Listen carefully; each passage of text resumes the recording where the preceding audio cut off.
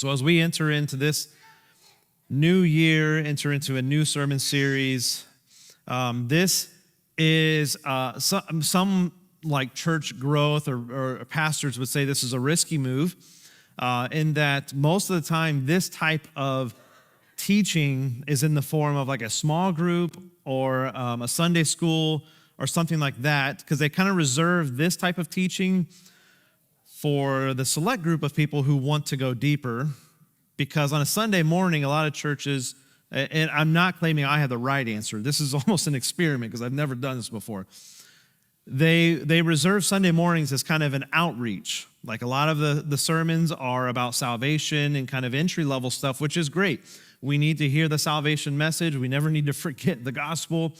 But what we're going to try to do for this year is to see if you're willing to step up to the challenge of going deeper, putting into practice the things that we're going to challenge you with. And if you were around last year, and I realize some of you weren't, so I'll give you a quick kind of history lesson here.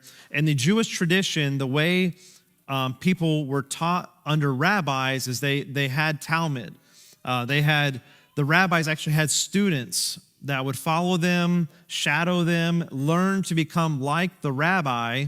So for us, Jesus is our rabbi. He's our teacher. He's our good shepherd.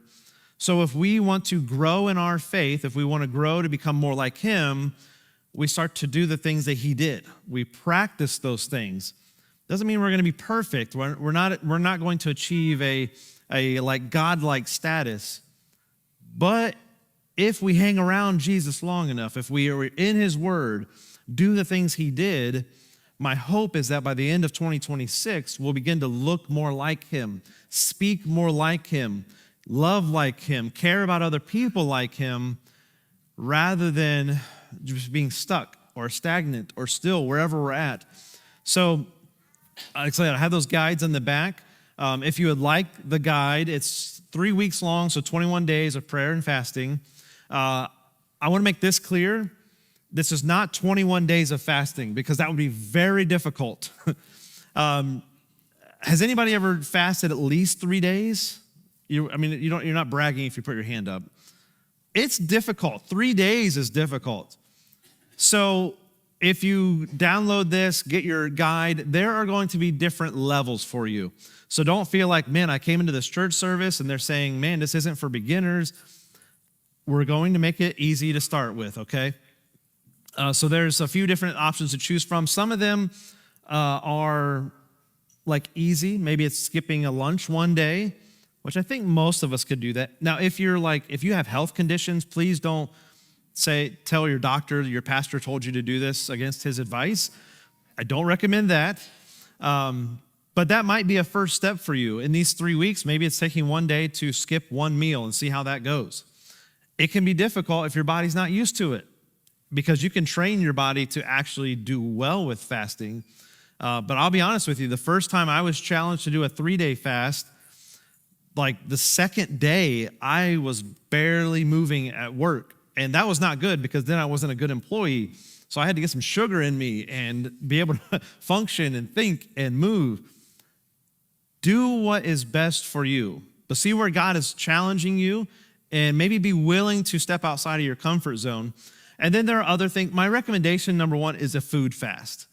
I understand that there are other types of fast, and that is an option for you. Some of the examples of fasting in the Old Testament is that they would fast from other things besides food. So maybe for you an option, let's say you can't do a food fast, maybe fast from social media, fast from watching TV all evening. There are options. But when you fast from something, it's not just not doing it and doing something else. The purpose is to actually spend time either praying, spend time reading the Bible, something that is going to draw you closer to God. That's the point. Because yes, you could stop, like, okay, I'm not going to do social media, but I'm going to spend time on the phone, texting, calling, video chat, or I'm not going to watch TV, but I'm going to go outside and work in my garage. That's not really the point. You're still kind of not doing stuff that's helping you spiritually. So that's, again, I guess I could send this out in email, but that's on a screen, and you got the papers in the back if you don't have smart device or computer. A little bit of clarification on this word. It's discipline, but we're not talking about punishment. Okay, so when you hear that this morning, it does not equal that. What it does equal is training. These are the disciplines that are historic. They're throughout the scripture. They're things Jesus did. Yes, Jesus prayed and fasted. I think it's a good thing that we can also put into practice. But these are things that we need to make regular in our spiritual lives. So it's training. It's training to become more like Christ. And another thing here is that it starts with the longing to become more like Christ. It's a longing that we want a stronger spiritual life.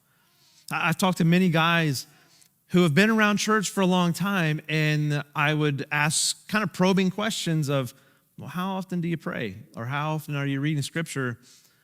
And they're like, oh man, I want to, but it's just hard. Like I don't know where to start. I don't know what to do. So it's not legalism as in, well, you just have to check these things off the list, and then you're a mature Christian. This isn't as much about knowledge as it is about a longing to say, you know what? I want to be closer to God. I want this to be a part of my life, and I want to look more like Him in the way I live. The fruit of my life should look more like Jesus Christ than my previous life, before I even met Christ. So it's not a legalism as in check marks, but it's a longing that you really want to grow in your spiritual walk. So that's what it's about. And then the spiritual disciplines, we're starting with prayer and fasting, but they teach us to consistently turn our lives over to God. I think fasting is one of the best ways to do it. We love food. Our bodies need food.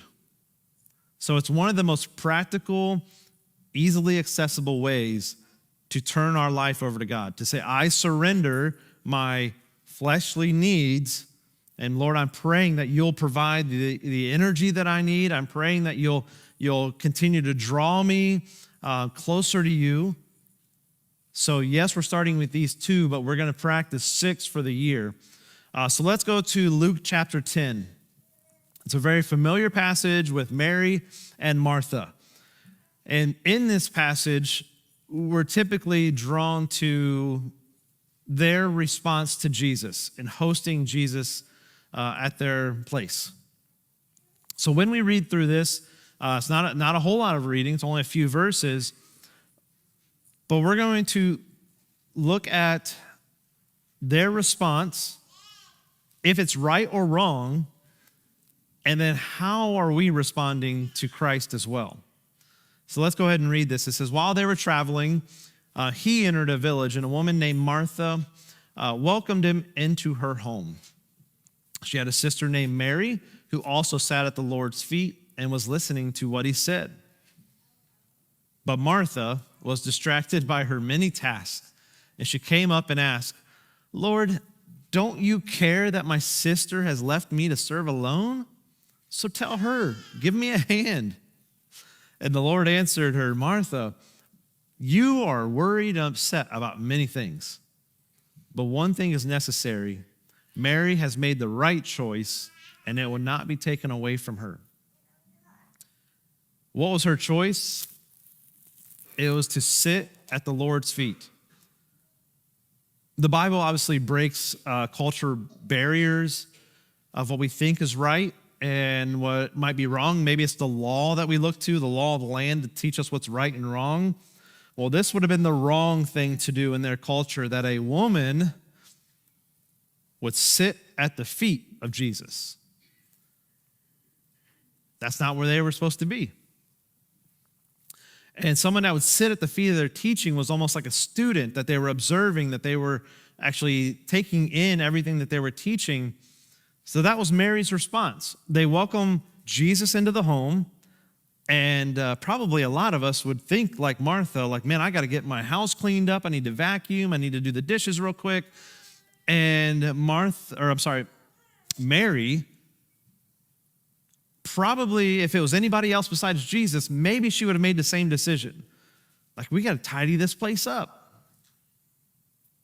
I probably would have made that decision. Like, I need to make this presentable. It's Jesus, the Messiah. Like, he deserves a clean house. But Mary decided to choose this. Man, if Jesus is going to spend time with us, and this might be the only opportunity that we have to sit underneath his teaching here, I'm just going to sit at his feet. I'm going to sit at his feet and listen and hang on to every single word that he says. That's Mary's response. And if we look at Jesus' response to Martha, he says, you're worried and upset about many things. Can I just be honest with you? Like, I relate to that part a little bit about worried about many things and upset about many things, because she had a lot on her to-do list. In her mind, she was thinking, well, if I'm going to host the Messiah who has came in flesh and fulfilled prophecy, I need to do my part and do all this work. That's probably what I would have done. How many of us are busy? Right now, you're probably thinking, well, I've got to do this after church service and gathering to worship. I've got work tomorrow, so I've got this window of opportunity this afternoon and evening to get all these tasks finished before Monday. And maybe you even tempted, like, should I even go to church this morning because I'm so busy? And then there are some of us who serve very well. We're very good servants. We sign up for everything. We serve in capacities that maybe we're asked to do. And our schedule gets so full, we begin to be more like Martha and less like Mary, where we spend so much time serving Jesus Christ that we stop spending time with Jesus Christ. That's tempting to do because it feels justified. Like, this is a good thing. You know, we might serve in the kids' wing, youth ministry. We might serve on the worship team, whatever it is. Like, they make us feel good. But that doesn't always equal that you're becoming more like Christ. We're good servants of Jesus, but we're not always good at listening to Jesus. And that's a challenging thing to do because it feels good to serve. So when Jesus says, hey, I'm here, I'm present, I want you to spend time with me, and Martha, he didn't say, Martha, what you're doing is wrong. He didn't say it's wrong for you to serve in that way. It's not wrong for you to tidy up the house and do these things to serve people. He's saying your heart is wrong. You are upset at Mary for listening to me. And we might feel the same way about other people, especially if you're serving within the church. You might feel angry when somebody else doesn't step up. You're like, well, I'm serving in this role, and this person is only doing one or two. They're not doing enough. They're not stepping up where they need to step up. But maybe it's not so much that you're doing the wrong thing. It's just that your heart isn't where it needs to be. Your heart needs to be one that says, I need to become more like Christ. That is the most important part. I am convinced that God is way more concerned about who you are becoming as a person than what activities you're doing for him.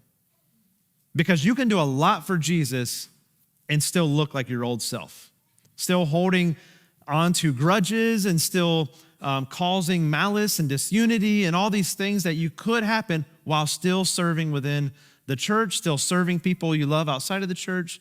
It's possible. It's possible to be just like Martha, and I think it's very easy to be like that. So if we're to move on to the next slide here. Busy isn't always faithful. This might be the most challenging thing for the Taylor household because our calendar fills up very easy. And sometimes it can feel like, man, we're doing a lot of good things. But then sometimes what happens is while we're halfway through a commitment, we're like, we made the wrong choice. We haven't been able to sit down with our family as much as we wanted to. We haven't sat down for a devotional to read scripture together in a while. But all the things we signed up for were good by definition, but they weren't faithful to what God had called us to. So I realize this might be opposite of what most churches, including us, will sometimes do, is we'll beg for volunteers, we'll beg for all kinds of things for you to give. I'm asking you to prayerfully consider, where is God actually calling you to, and commit to that, but start to throw off some of the hindrances that you think won't happen if you're not the one doing it. So there's two ends of that spectrum. You could be doing nothing right now and you haven't actually been obedient to do what God called you to do. And you should change that. God's calling you to do something. You should step up. You should serve. But there's the other end of the spectrum where you've stretched yourself so thin that you're not doing anything well. At home, at work, whatever it is. Busy doesn't always equal faithful. So do like Mary. Choose the better part. What is the better part? It is serving. But more importantly, it's that we sit at the feet of our King. And we say, teach us. Teach us to be more like you. Where are there spots in my life that I need to surrender to you? That I need to say, Lord, I want to be done with this habit. I want to be done with this addiction, whatever it is. Lord, I surrender it to you. I choose the better part. And the better part is to sit at your feet. Dallas Willard is an author of like spiritual transformation, pretty popular. And I read several books leading up for this year. And I've got a couple recommendations here for you at the end. But his quote here out of the Spirit of the Disciplines, which I recommend to you if you want an additional book to read. It says, we can become like Christ by doing one thing, by following him in the overall style of life he chose for himself. It doesn't have to be too complicated. And I don't want to just give you messages and sermons that help you become a better version of who you want to be. I want to challenge myself and us to say, where does God call us? Where is God calling us? And I think we can simplify it to say, well, man, let's just look at how Jesus lived. What are some things that were a regular part of his lifestyle? And those disciplines, we can start with prayer and fasting. A lot of people like to start the year with fasting. It's a good thing. And then I want to give you some biblical precedent here. We have Mary and Martha, and I think that Mary gives us a good example. Martha's problem was her heart, not necessarily what she was doing. But the Bible doesn't give us like step-by-step instructions. And in one way that's frustrating because it's like, man, God, if you would have just given me a very detailed list of everything I need to do to be the Christian that I need to be, that sounds simple. But he gave us free will, and he gave us the ability to know his character.